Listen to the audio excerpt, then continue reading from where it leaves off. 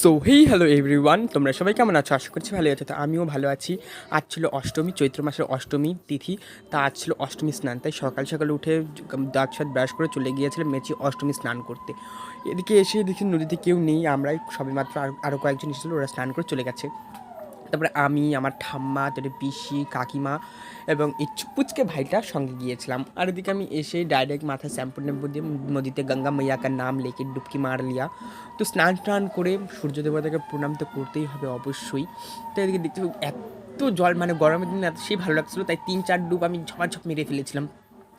আর এদিকে সবাই নিজের এসছে, যেহেতু বাড়িতে দাঁত ঘোষণা, তার সবাই দাঁতন করছে, তাই আমি স্নান করে সূর্যদেবকে প্রণাম করে জল দিয়ে উঠে পড়েছি। উঠেই তারপর গাটা মুছে রয়েছি, তারপর দেবো পূজার ভিডিওটা নিতে পারিনি, তো মানে সবসময় ব্যস্ততা, তাই পুজোর যদি এখানে বসে পড়েছি প্রসাদ মাখতে, যেমন দই, চিড়া, গুড়, ছাতু, চিনি, এগুলা দিয়ে একটা ছাতু মানে প্রসাদ, এটাকেই আজকের দিনে স্নান করে এটাকেই খেতে লাগে।